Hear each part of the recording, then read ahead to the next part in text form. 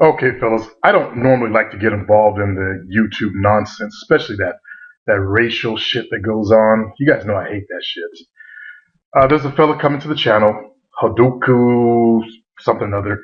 Well, I'm irritated because he claimed to be black, and I've actually seen some black guy, or he sounds like a black guy that's on YouTube, an African, saying that Egypt wasn't black and stuff like that. And I busted so many Caucasian people pretending to be black just to try to get their point across to someone. You guys remember the ones I've caught lying about it? Why lie? That's what really gets me. But anyway, the fellow's, making a lot of comments on the channel because he sent me a video. And you guys know, I got to about, I don't know, 30 seconds of the video and I seen enough. I don't like getting involved in shit, but I made some comments back to him, and I made my video also because I knew he was going to come to the channel. And he's come to the channel, and his ideology that Egypt, I guess they believe Egypt isn't in Africa, isn't part of Africa. And they started that whole sub-Saharan nonsense. That as if people below the desert are different than the people above the desert. That is the biggest group of nonsense about Africa that I've actually encountered. That's one of the biggest stupidity things that's put out there, but it's done for a purpose, okay? It's done for a malicious purpose. Now, I'm on a brother's channel named Jay, and I apologize to Jay for ripping his video, but I'm using it as to show some facts on how Egypt became white, as this fella believes also. And unfortunately, he bought into the programming that was put out there, and he's been tooled by it. But he's also one of those people who want to become an internet guru and go out and get a following. He's probably got a boring life, obviously got a boring life, nothing to do, except when he gets home, he'd get on his computer and be somebody big. And unfortunately, nobody's listening to his videos. There's like 300-something people. But he wants to build a following. That's why they go out and they start arguments and start fights. Well, I'm going to cut him off after this, and I'm done. So he made comments about Sheikh Diop's, and it's the Egyptologists that did not like Sheikh Diop's and what he had to say. Who are the Egyptologists? Let's find out. How Black Egypt became white. And the fellow did some good information here. We all know white Egypt is a joke, but how did that lie even get started? Uh-oh. All right, looks like I have to reboot the video. Let's try to do this again.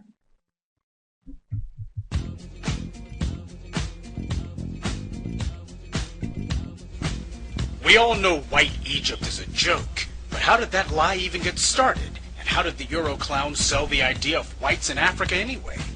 With Napoleon's incursion into northern Africa in the early 19th century, Egypt had finally come back to the white world's attention. While Napoleon's troops were busy getting... Okay, let me also interject here that it was Napoleon's troops that blew the nose off the Sphinx. And according to the general that was there, I don't know, I can't quote his exact words, but it was something like this. To think the race that we held in utter contempt could create such great works of wonder. Black people. Giving the Sphinx a nose job, Francois Champollion, a fellow Frenchman, was deciphering the hieroglyphs. Both Champollion and Count de Volnay attested to the Egyptians having been Africans. At this time, not even one European or Arab said the Egyptians were white. But then again, Champollion and de Volnay were not racialists. Exactly. Now, if you go back to the ancient Greeks, Herodotus, Egyptians were black. Now, Egypt did have Greeks, got conquered by the Greeks and Romans, stuff like that later on. So the way they look has changed. They actually look more Arabic now. In fact, that's the race that's pushed there because Arabs came in and took over Egypt. So they look like a mix of black and Arabs. Okay? let's not get it twisted. But we go back to the ancient history of Greece of Egypt, they were black. Unfortunately, there were no Caucasians in Africa at the time. And new information on the Sphinx is that it's 12,000 years old. How old is the Caucasian race? 6,000 to 10,000. So at least 2,000 years before the Caucasian race started coming out of the hills of Europe. I believe it was down in Armenia where they started coming out. Armenians are the first white folks on the planet. it wasn't long after France reminded the white world of Egypt's glory that the white supremacists from the US and Britain rushed to Africa. The white world hadn't taken an interest in Egypt since the time of the Romans, and the Europeans had never cared about Egypt at all. So why the sudden interest? What had changed? What had changed was that there was now a white supremacy myth that was the flimsy glue holding the white world together, and these twisted minds converging on Africa realized that myth was about to come undone. Now we're going to recognize that not all white folks are racist. You guys who are white on this channel, you're not racist. This fellow, he's angry at the white racist people that created the condition that the world is suffering under right now. Okay, that's where his anger is coming from. So don't think it's personal against you yourself. But the white revisionists had one major advantage: the public's ignorance. Black Egypt was merely common knowledge in the global mind, not an established fact. Since mass production of books didn't exist yet, the public had no specific pictures of the Egyptians' own artwork or translation of their writings to attach blackness to.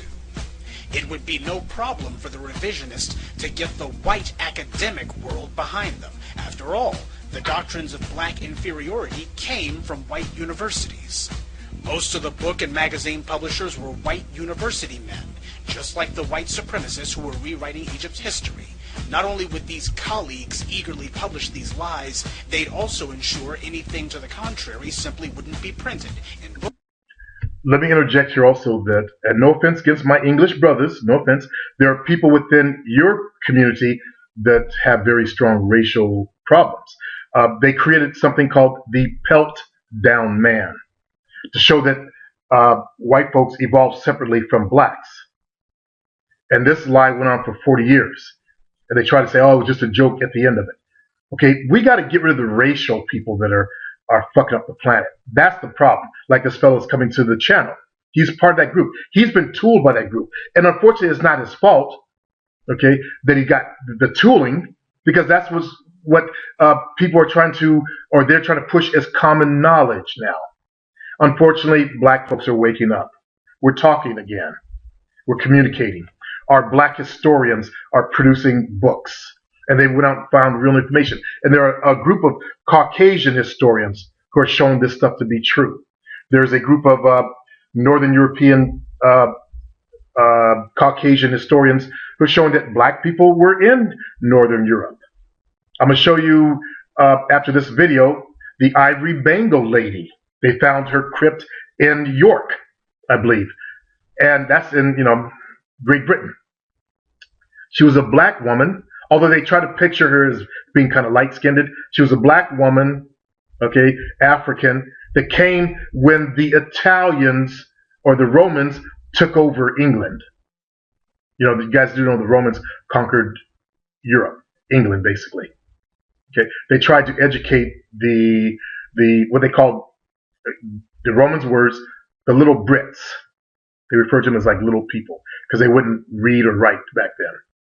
Now, I realize that, Great Britain is the source of, the power for Caucasian folks, and they're now the symbol of higher education and culture and class. Then we got us dirty Americans who follow behind the Britons, the British, trying to be, I guess, copy all that stuff. But it's going to come to crashing down eventually. Let's delve back into this. Books or magazines. The cool, rational analyses of men like Herodotus and Champollion had now been outlawed. The racists were about to rewrite history. Exactly. Ancient Greeks, Herodotus said the Greeks were black. The word notice how they changed the name also to Egypt? That came from the Greeks. Egypt, I can't really pronounce the word, Egyptos, I believe it was. But the Egyptians call themselves Kemet, or Kemet. That's the name of their land. It means black land, land of the blacks. And they did fight with other blacks around them. Okay, we had Nubia below them, and in Nubia there's Sudan, but there's tons of pyramids down there. Now, eventually, the southern people did rule in Egypt for 100 years because they saved them, the Egyptians, from the Greeks. By the time this was all happening, the Egyptian society was coming down. They've already had numerous invasions from Europe and battles and stuff. They got wore down. But let's continue. These men created Egyptology, the first racial philosophy masquerading as a science. From now on, the Egyptians would no longer be the last word on their own world. White scholars would be the authorities now. Exactly. British and white Americans created this thing called Egyptology. They took it over. That's why we see suddenly the noses are missing from a lot of the statues. They've been caught repainting some of the photos or some of the artwork that came out of there. The stuff that we see on the wall, lightening them up. Let's continue. They began the whitewashing of Egypt using the popular medium of that day, books. This is a scene of Egyptian women drawn by the Egyptians' own hands. See any pale skin, any blonde hair or blue eyes?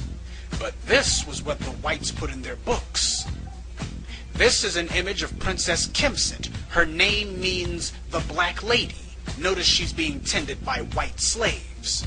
But in white books, they showed the opposite. Queen T, King Tut's grandmother, and her husband Amenhotep III. You can guess what whites did with those two. And with the advent of movies, their propaganda now had the advantage of sound and moving pictures. No one realized it at the time, but whites were manufacturing their own image library. Since there were no images of white Egyptians, whites simply decided to fabricate their own. Every few years we see another big budget propaganda piece. Different stories, but always the same lie. And that's what this fellow that's coming to the channel is suffering under. He's been tooled by this whole imagery library that's been put out there. And that's why he's saying all the stuff he's saying. Also, you got to recognize the Egyptologists, they start off as a very racialist organization. All right? There are now some black Egyptologists, but they do what they're told.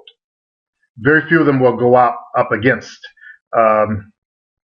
the status quo, so to speak. Like, people won't fight Darwinism. That's the current theory. If you try to go against Darwinism, like one woman, she found some archaeologists found some ancient ruins and went against the current theory, so she got blackballed. There's a whole big story about her you can find on YouTube videos. Okay. There's a fellow that did the whole thing called Forbidden Archaeology. And there's tons of that stuff. They kind of show you clues of that in the movies. Like in Raiders of the Lost Ark, they put the Ark away in this warehouse that had tons of stuff. That's actually what does go on. It's not conspiracy shit. It's just truth shit. These people try to use the word conspiracy as if people who find out the truth are actually in error. Okay? It's called disinformation or dissemination of true information, basically to confuse the issues.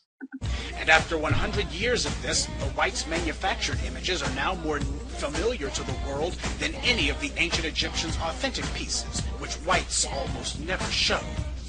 In a world where most people get their information from TV, and they think that what they see in the movies is somehow real, is it any surprise that whites could use their media monopoly to sell the biggest lie in history?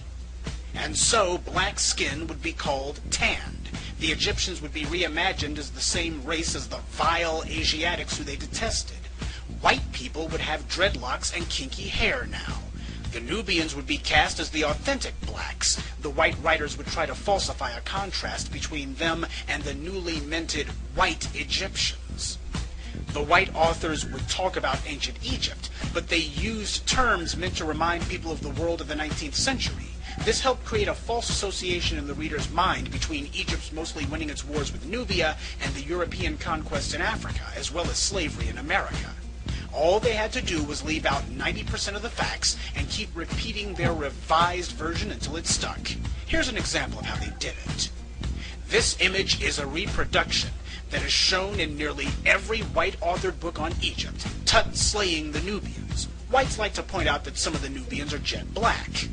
But they always conveniently omit that most of the Nubians are shown as being the same reddish-brown color as Tut and having red hair like Ramses II. And not one of those books will dare show the image on the other side of this funerary box found in Tut's tomb. Let me pause there. You mentioned red hair. And we now have learned, as per my last video, that red hair is a mutation, okay, of the gene. It occurs everywhere. In Africans, it occurs in Polynesians with no contact with Europeans. It occurs in Asia, it occurs in Northern Europe. The greatest source is actually in Northern Europe because, remember, it's a mutation of melanin, as you saw in my video on red hair. Okay, I believe the word is pheomelanin is what it produces, and it causes the reddish tint. Okay, so let's not get that twisted. Also, the Egyptians are known to use henna to paint themselves and dye their hair too. All right, let's return to the video. Now, he's going to show the back of this funerary box that they don't show you. And look what color the Egyptians were. Look who they're conquering. Because it shows Tut riding his chariot over whites who don't look anything like him in form or color. And if this picture of Tut warring with a handful of Nubians who look just like him is proof that the Egyptians hated blacks, then what does it mean when Ramses III rides over an entire ocean of Caucasoids? For whites, it means, no way in hell are we going to print this. This image of a rough-looking black prisoner is another white favorite, because of his full lips and flared nostrils, even though Nefertiti has the same features. And neither one of them looks like this white slave. Here's another picture you'll see in all the white books on Egypt. And here's one you won't. White POWs being tortured. Ramses killing a white man while his wife watches in admiration. No Nubians were ever treated like this. Ramses has 3 captives, but only one of them is black. The other 2 are Asiatic and Semitic. Thutmose III has so many whites by the hair you can't even count them.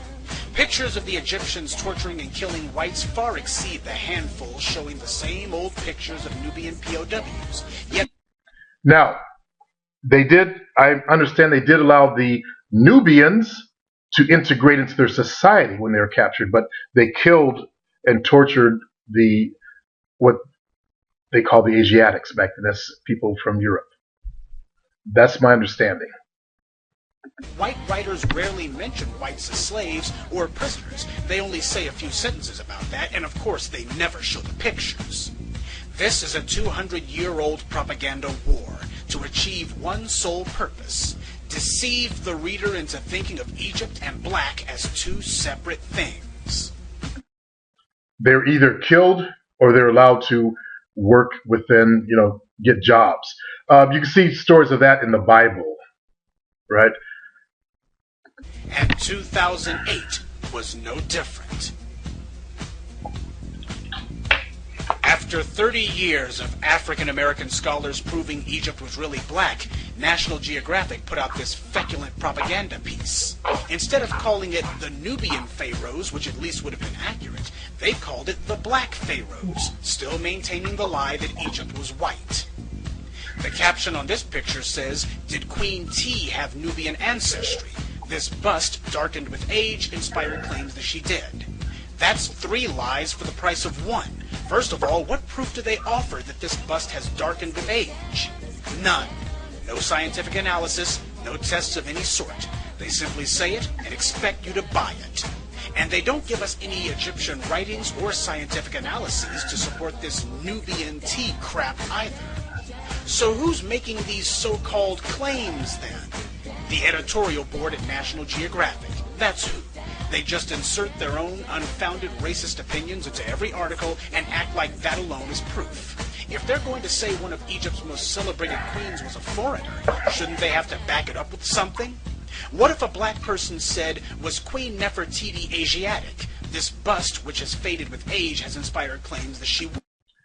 I believe that's the bust they actually debunked. There was a white Egyptian guy whose wife died, and he created that bust to remind him of her. I think that's the one that got debunked. Was.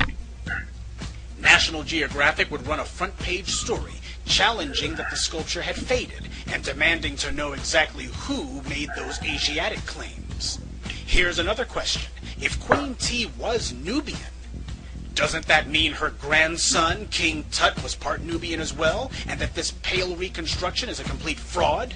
Because the Euro clowns at National Geographic have never said... Let me also interject that, first of all, let's talk about Nubia. Nubia was right below to the south. They, as I said, they had pyramids there. They also ruled in Egypt for 100 years. I believe I mentioned that too. But also, the Egyptians traveled. Okay, Caucasian historians are pointing out that they were in Northern Europe also. They traveled in Northern Europe. They set up colonies in Greece, I believe it was. There's evidence of Africans, or actually, sorry, let me separate the two. Egypt and their cousins to the side. There's evidence of their cousins rolling into Greece. They found a boat that's 32,000 years old or something like that. And also there's a perfectly preserved tapestry of their voyage on a boat into the land before the Greeks were there. Let's go on here. Tut's sculptures have darkened with age. So if Tut's grandmother was black, and National Geographic concedes that his sculptures are accurate to his skin tone, why did they make him look like Casper the Friendly Ghost then? Because it's never been about Egypt. It's about supporting the myth of white supremacy that undergirds European power today. The Euro clowns realize they're losing. Not long ago they said no blacks built Egypt. Now that science has proven them wrong, they're trying to claim the Ethiopians are Caucasians. Because many Ethiopians... Yeah, the Ethiopians were the cousins I was talking about. Anyway, this stuff gets really stupid after a while. It gets really irritating. So I'm going to make this just this one video to deal with this knucklehead, and then I'm going to have anything else to do with him. I'm done after this. He's going to believe what he wants to believe because it makes him feel good. He gets home, makes his little videos, and gets his little following so he can feel good. Okay? Ethiopians have narrow noses. Whites think they can use that to claim Ethiopians aren't like those other Africans who have bones in their noses and plates in their lips. I guess no one ever told the Europeans that it's the Ethiopians, like the Surma and Mercy tribes, who put plates in their women's lips. So if Ethiopians really are Caucasians, then that means it's whites who don't have any better sense than to put dinnerware in their mouths. Now, we all know, well, maybe you guys don't know, but the current popular Ethiopians that we see are a mix of Italians and Arabs. Yeah, that I recognize them as being different when they first started coming to. I know it's a great group, a large group of them in the 70s in college. I didn't know who they were, so I asked. And I learned to recognize that look. I can spot an Ethiopian real fast. But the ones that were coming over have that mixed look. We don't see the unmixed Ethiopians like this. Years ago, I found, let me see if I can show you. There you go, Ethiopian music. And these are the current look of the Ethiopians. But I'm going to show you, if I can find it. They go out into the countryside and sing with the, here we go, this is the one right here, I believe. If I can find that video.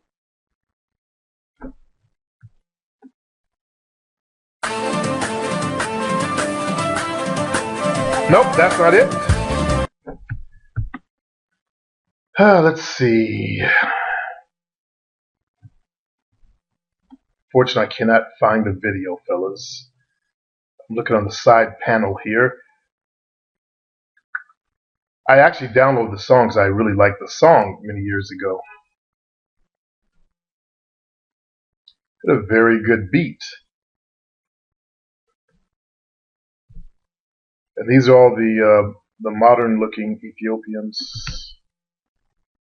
You notice they have a kind of a different look, different skin tone than the tribal ones.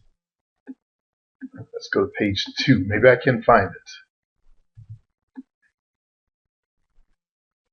I'll know it when I see it, that's for sure. Nope. Okay, well, let's just get back to our topic at hand. So, it's common knowledge nowadays that the Egyptians were black. There were no white people in Africa. The Northern Europeans tried to make Africa look like two separate continents by saying sub-Saharan. And that's a fictitious phrase that you should not fall into. Okay? Black folks spread into Northern Africa. They spread into Yemen, all the way up from there into India, into Asia. The whole continent was called Asia at the time, all the way into Northern Europe. We got trapped in the Ice Age. We turned into Caucasian people. That's been proven by DNA. All right? So we're all the same people. That's the point. We're all from the same tribe of people. And the oldest DNA on the planet they found to be with the Bantus in Africa. And as we moved, we kind of adapted to the environment. If you've seen the Dravidians, Indians, let's see if I can find something.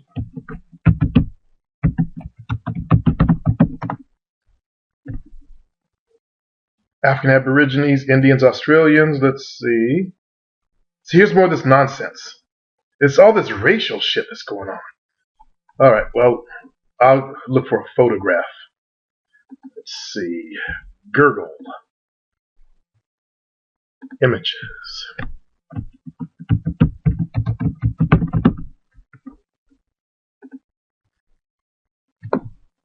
Okay.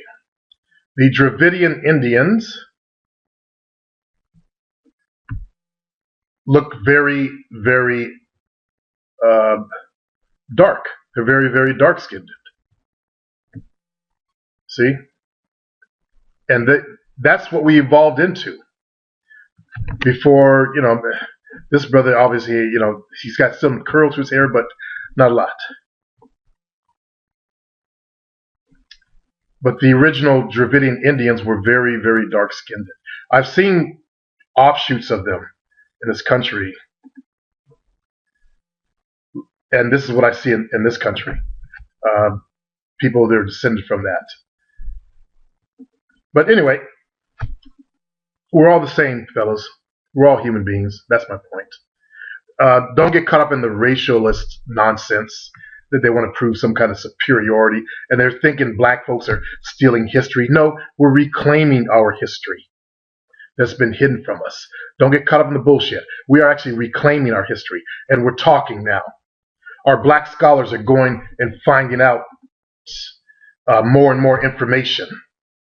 We're learning the truth, basically. And these people are going to try and stop us every step of the way. In about 100 years, everything's going to flip-flop as the truth comes out. Just think, it's just now starting. And look what's happened so far. Think of what's going to be like in 100 years from now. It's not going to stop. Black folks ain't going to stop digging up the truth. And then it's going to start educating Caucasian people. And that's the race that actually needs to be educated to realize they've been miseducated on the truth, so that a certain group of people within their group can feel good. It's all about people feeling good. Well, black folks, we want our truth so that we can also feel good too. We're demanding our true heritage. And by the way, when Egypt was invaded and eventually taken over by the Arabs, where do you think the people fled? Many of them fled to the south, below the desert. And I think I'll end on this point right there. Peace.